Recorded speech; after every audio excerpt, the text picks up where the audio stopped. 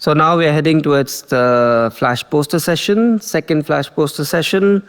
It's my pleasure to introduce our chair, Eva Kavcic, from the Met Office in the UK, and she's going to take care of it. Eva, please. Hello. Is it okay? Hello. Can everybody hear me? Yes. Right. Good morning, all, and welcome to the Flash poster session, the second part, where the poster presenters will have 30 short seconds to tell you why you should come to see their poster this evening at the poster reception.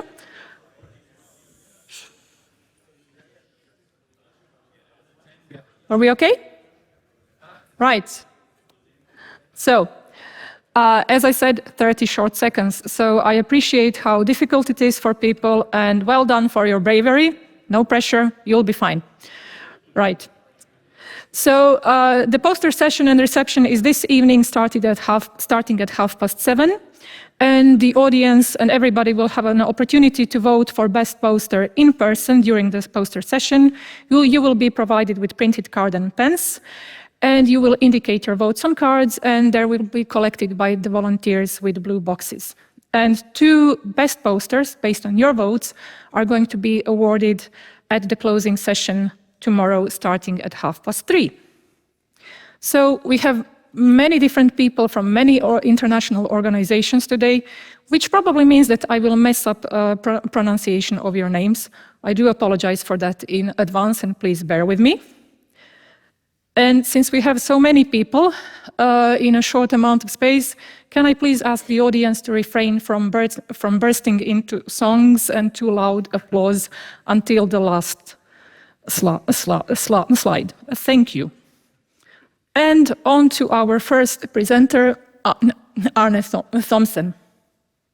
Are you saying the title? Yes. Too, or? Oh, if you want to say that. Okay, fast inference of cosmology from high-resolution maps using deep learning. Hello, everybody. We're cosmologists, and we are using big simulations to forward model probes of the large-scale structure of the universe on the map level. These forward modeled maps we then use to train neural networks to extract information on the underlying cosmological parameters, which we, in the end, constrain using simulation-based inference. If you'd like to hear more, please come to me at P20. Thank you. Well, that was very efficient. Well done. On to Luis Fernando Machado Poletti Valle. Thank you. So radio astronomy is about to take a massive leap over the coming years with the upcoming surveys SKA and HIRAX. And this will really help us understand the most fundamental questions about dark matter, dark energy, and the evolution of the universe over the last many billion years. So to prepare for such large data sets, we've built an accurate end-to-end forward modeling pipeline that simulates the evolution of the universe and the hydrogen matter within it. And we have used a lot of resources on both the Euler and Pitstein supercomputing clusters, benefiting from the best of the CPU and GPU-enabled codes. So if you're interested about the astrophysics, the cosmology, or the compute side of it, please come to P21. Thank you, Luis. Good morning. To everyone interested in full sphere spectral transforms or just regular spherical harmonics transforms, we'll present a new FFT-Accelerated algorithm that works well on GPUs and uses really hard FARP-level GPU programming. And I encourage you to join us on the P22 poster or check out other quick-related posters, P24 and P33. Thank you. Thank you, Dmitrii. Our next presenter is Patrick Zulian. Good morning. So I'm going to talk about fracture network growth using the phase field method.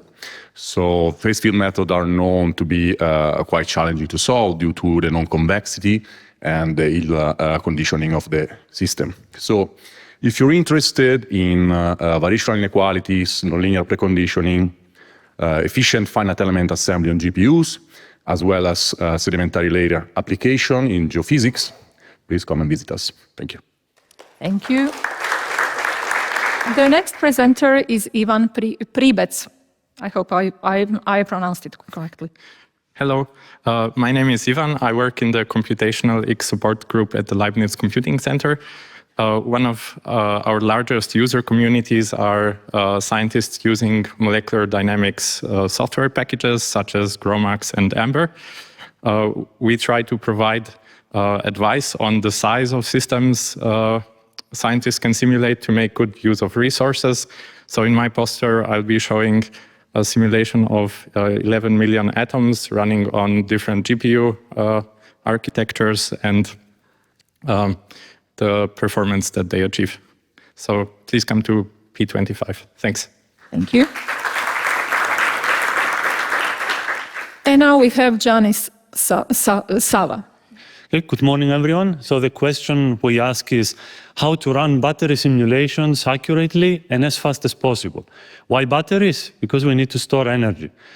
Application experts use the Hubbard functionals to get reliable results, but the calculation of these parameters, they tend to be around 20 times more expensive computationally than standard DFT.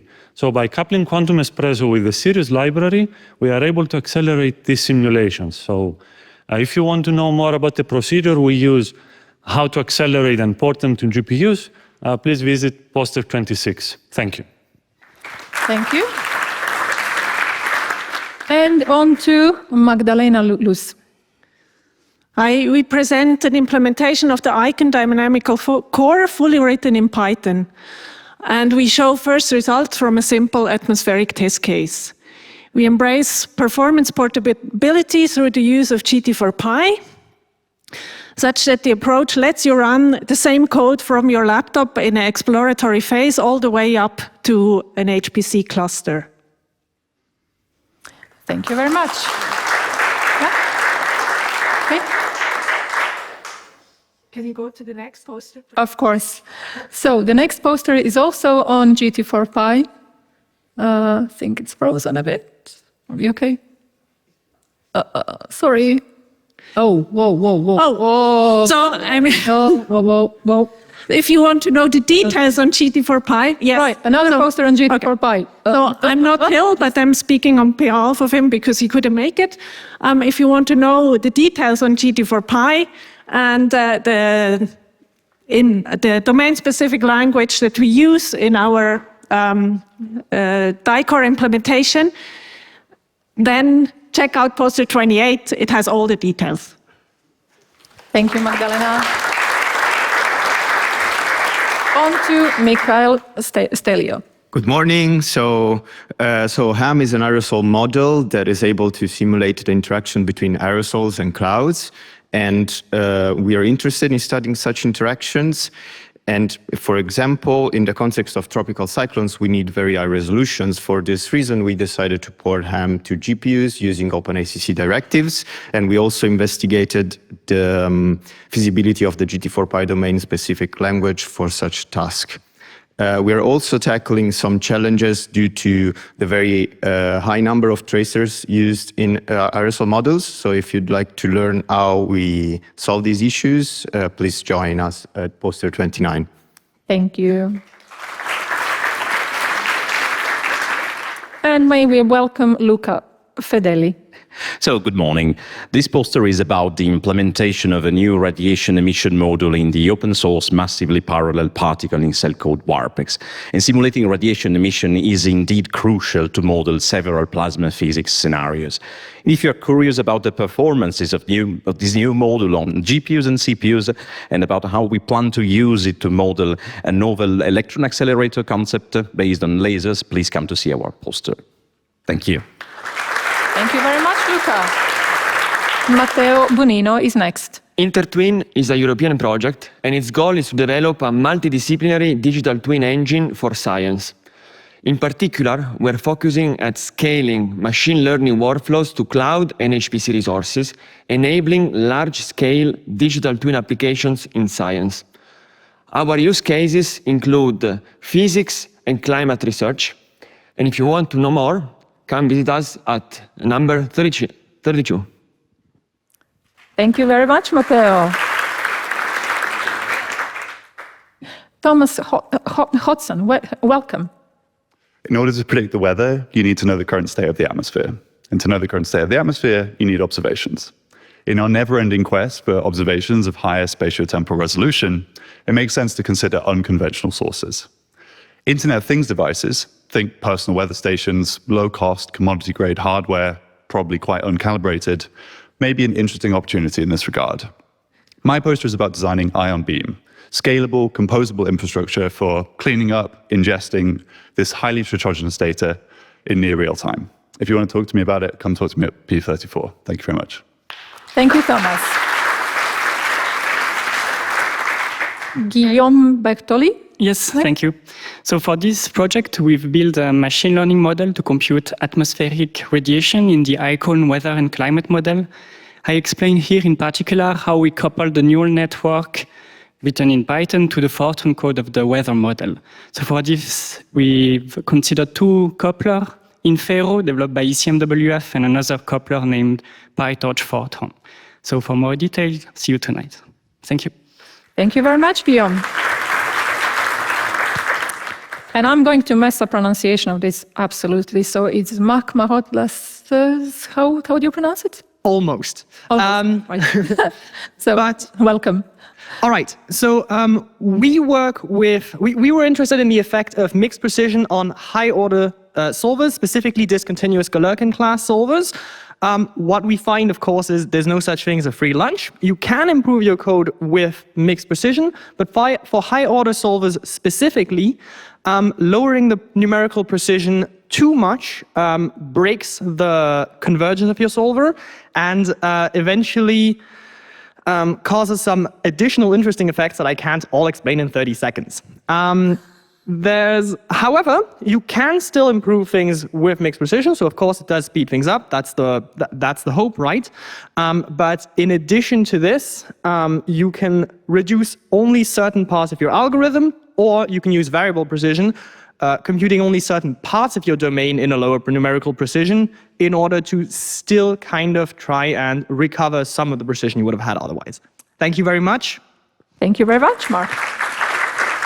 On to Lakshmi Aparna Devolapalli. Welcome. Thank you. Good morning, everyone. In this project, we tried to implement a relatively unexplored, compactly supported radial basis functions as a mesh-free methodology to approximate the gradient operators of 2D and 3D PDEs associated with atmospheric dynamics. So shallow water equations were used as a test case, and this whole project was implemented in Python. If you want to know more about how mesh-free methods can be applied on a spherical domain in atmospheric dynamics, come visit poster 37. We'll also talk about how we can avoid the singularities at the pole in this project. Thank you.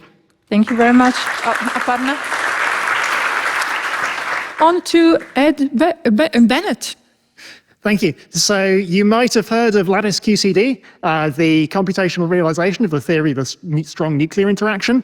To be really reductive about it, you're basically multiplying a lot of 3x3 matrices with 3-element vectors. So when you start looking beyond the standard model to stuff beyond QCD, you start being interested in numbers other than 3. That changes the performance characteristics of the software.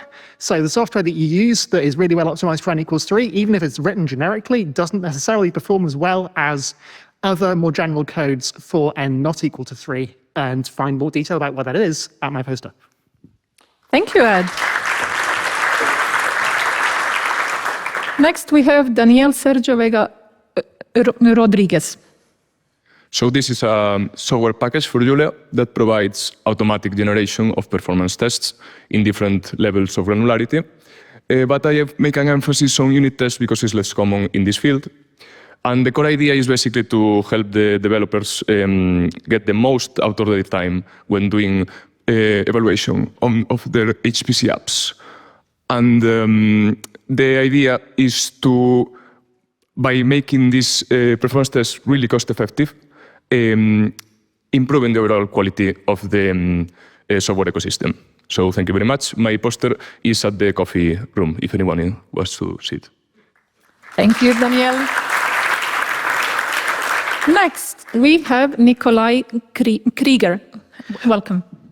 Thank you. We present recent progress in the development of a performance-portable multi-scale atmospheric model framework. This modeling framework is called PMAP and fully written in Python using the domain-specific library GT4Py, which enables both performance and portability.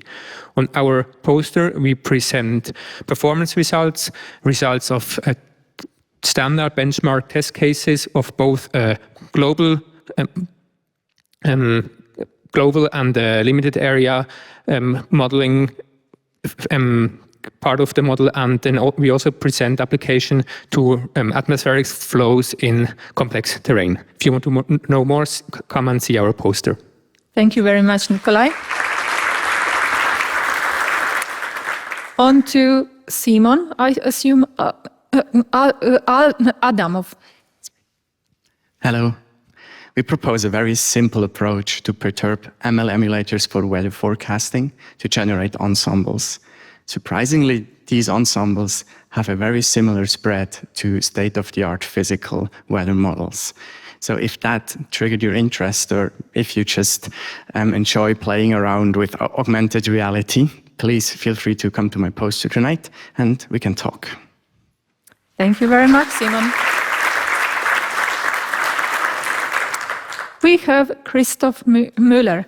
Welcome. Yeah, thank you. Good morning. So we translated the Icon Dynamical core from Fortran to Python using GT4Py, and we can then generate high-performance code from this Python code. And if we then run Icon, any experiment, for example, the matrices production experiments, this generated dynamical core is being used instead of the usual Icon Dynamical core. And if you're interested in how we piece this thing together, then please join me at our poster. Thank you. Thank you very much, Christoph. Next, I assume we have Edgar Leon. Welcome. When we consider the grand challenges addressed by supercomputing, we tend to think about large-scale machines and complex parallel applications. Yet there is a growing gap between these two pillars. In fact, porting an application to a new machine can take days, weeks, months, years. In this poster, we present Quo Vadis, an interface to map parallel applications to the hardware portably and efficiently. Thank you very much. Next, we have Alexander Meder. Welcome.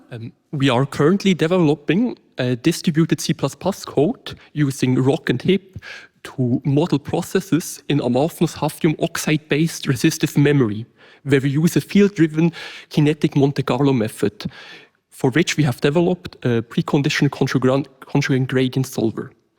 With this, with the current version of the code, we were able to simulate up to 3x3 resistive crossbar arrays. I hope to see you at my poster P44. Thank you very much, Alexander.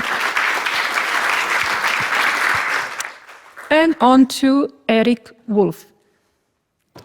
In this poster, we're presenting the first scaling laws for machine-learned particle flow reconstruction. So what we're doing is we're using machine learning to efficiently reconstruct particle collision events from high-energy physics experiments.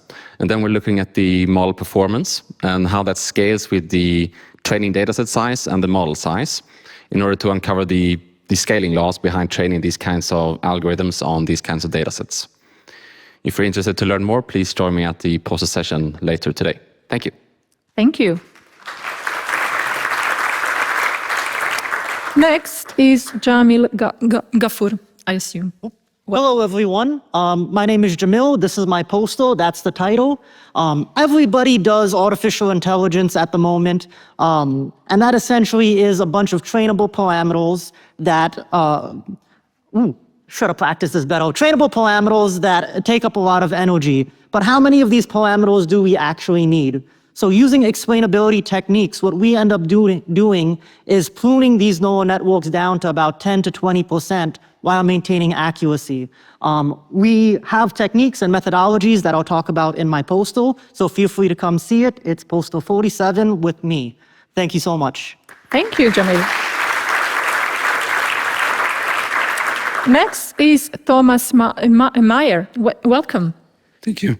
So we developed a high-performance SPH code with self-gravity that runs on CPU, pure CPU systems and hybrid systems like ALPS. And on my poster P48, I show some preliminary work and with up to 2 billion particles. And we also outline how high resolution is not only nice to have to make nice pictures, but it's also necessary to really study planet-scale collisions. Thank you. Thank you very much, Thomas. On to Alberto Invernizzi. Welcome. Thanks. Is your application limited by a Scala-Pack eigensolver and you want to replace it with a GPU version? Well, it's your lucky day. With the feature, you can do it quite easily. In the poster, we show you how you can do it and some results. We have also some preliminary results on the new CFCS system, ALPS, which is based on Grace-Hopper nodes. So see you at the poster to see if the application that could profit from it is your one, and see other application that already profits from it, like CP2K and SIRIUS. See you there. Otherwise, just vote for it. 49. Thank you very much. And on to Paul Baumeister. Apologies and welcome. Hi, I'm Paul from Jülich, and we get a new machine in the near future, hopefully this year. And I just ran the numbers, and it said like, oh, it's 22 times bigger than the last one. So, and my background is density functional theory, and the usual codes, they just scale cubically. So cubic root of 22, that's what, like 2.5, not much more. So really, we want to run 25 megawatts of a machine for like 2.5 times that many atoms that I'm calculating. So we really need to think about our methods. If you want to talk to me about linear scaling, density functional theory, see me at this poster, 50, it's close to where the food is. Thank you very much, Paul. And welcome to Dana Grund. Thank you. Good morning, everybody.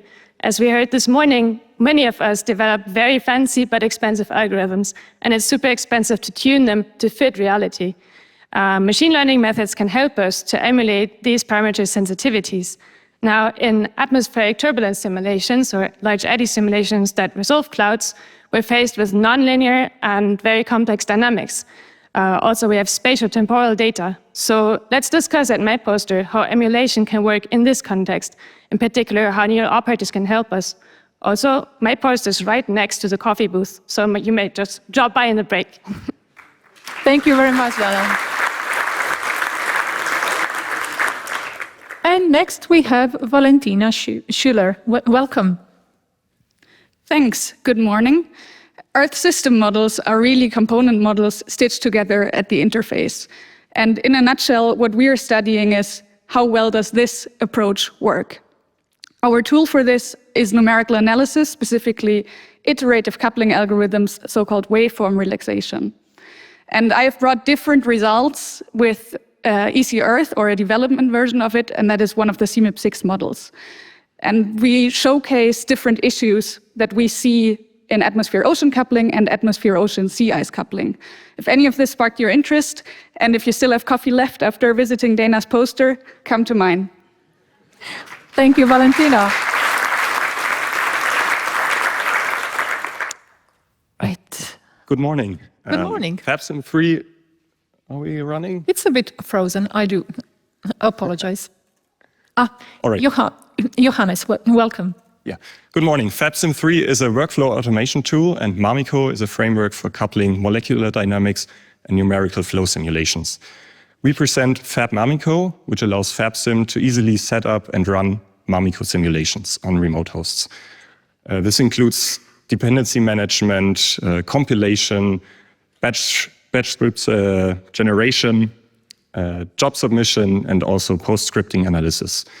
All of this allows for reproducible simulation results. And if you're interested, please be invited for a chat at poster P53. Thank you very much, Johannes. And welcome to Riley Weaver.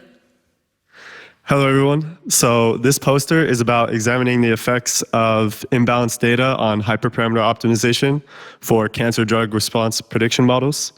They're well known, the effects of imbalanced data on parameter optimization, producing predictions that are biased towards the majority class. However, they're less well known, the effects of imbalanced data on hyperparameter optimization, which is why in this study we produce a workflow, carry out a study, and perform a significance analysis to better understand these effects. If you're interested, come by poster ACMP02. Thank you. Thank you very much. And on to Langwen Huang. Welcome.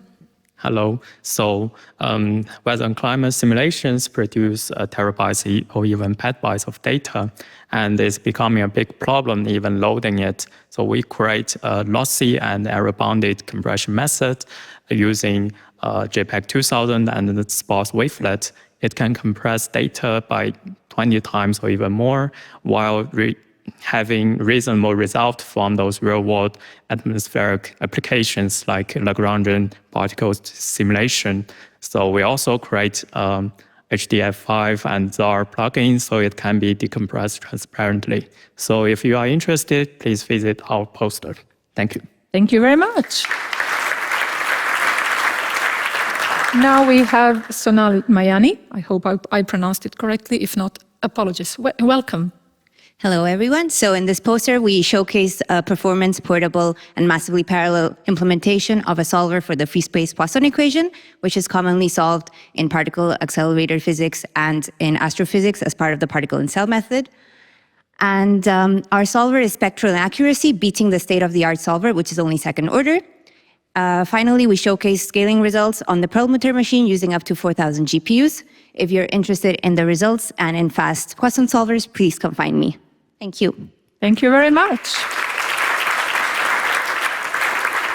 And Stephen Nicholas Swatman, welcome. Thank you. Thank you. Good morning. Task graph-based workflows are everywhere in scientific computing. Chances are they're in your work, and they're certainly in my work in high-energy physics at CERN. Now, unfortunately, when we start running these task graphs on heterogeneous systems, there's some sneaky questions that arrive, like how good is our scheduling, how good is our placement, where are the bottlenecks in our workflows, and if you're lucky enough to have funding, what kind of hardware can we buy to make them run more quickly? Now, I think that a very simple, optimistic model based on linear program can help us answer a lot of these questions quickly and efficiently. So if you want to have a chat about this, please come visit my poster this evening. Thank you. Thank you, Stephen. Matthew Lane, welcome. Good morning. Oh, hello? Okay, perfect. Our poster is about nicotine and opioid addiction. We generated 700 single-cell gene-to-gene networks, taking about 145 years of compute time. And ultimately, we took the brain layers out of those networks and generated a multiplex. We embedded the nicotine and opioid genes and then clustered them and found some pretty fascinating results and pathways. So please come talk to me also in the coffee and food area. So thank you very much. Thank you, Matthew. On to Thibault Meyer. Welcome. Welcome. Good morning. My poster is about basically taking an existing algorithm that tracks tropical cyclones and implementing it directly into the ICON weather and climate model. The advantage of that is that it allows us then to limit the output area of the model to be just around the tracked TCs, which reduces the file sizes massively. So there's two modules that I implemented to achieve that. One is the tracking module and the other one is for the dynamic output. And yeah, if you're interested in tropical cyclones, please visit me at my poster. Thank you very much. And last but not least, Jose Luis Estraves Munoz. Welcome. Hello, everyone. Optimized finite volume method solver allows for real-side tumor simulations. In the context of cell simulations, there is a clear goal of reaching digital twins of real-side tissues or human organs. For this reason, we present an efficient and scalable framework to compute this type of biological simulations that not only accelerates execution time by the order of 30x, pretty fast, but also requires less computational nodes or resources than the state of the art. Thank you for listening, and I will see you around. Thank you very much, Jose. Oh, wow. It's really easy to be a moderator for such efficient and well-prepared speakers, so let's thank them very much.